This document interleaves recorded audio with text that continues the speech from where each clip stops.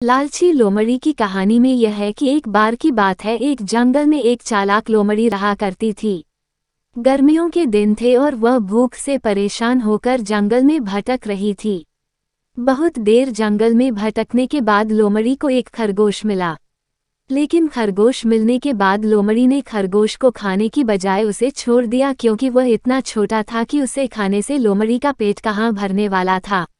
इसके बाद लोमड़ी आगे बढ़ी, फिर से जंगल में भटकने लगी।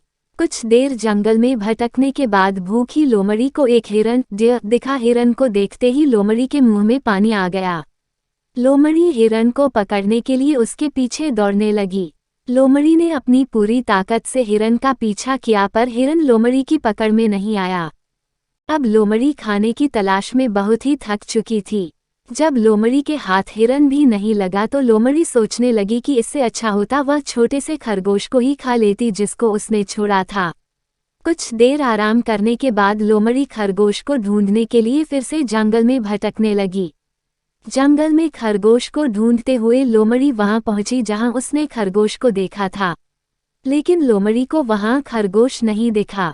थक हारकर लोमड़ी को अपनी गुफा में लौटना पड़ा, जिसके बाद कई दिनों तक भूखी लोमड़ी अपनी गुफा में भूखा रहना पड़ा और बहुत दिन बीत जाने के बाद लोमड़ी को खाना मिला।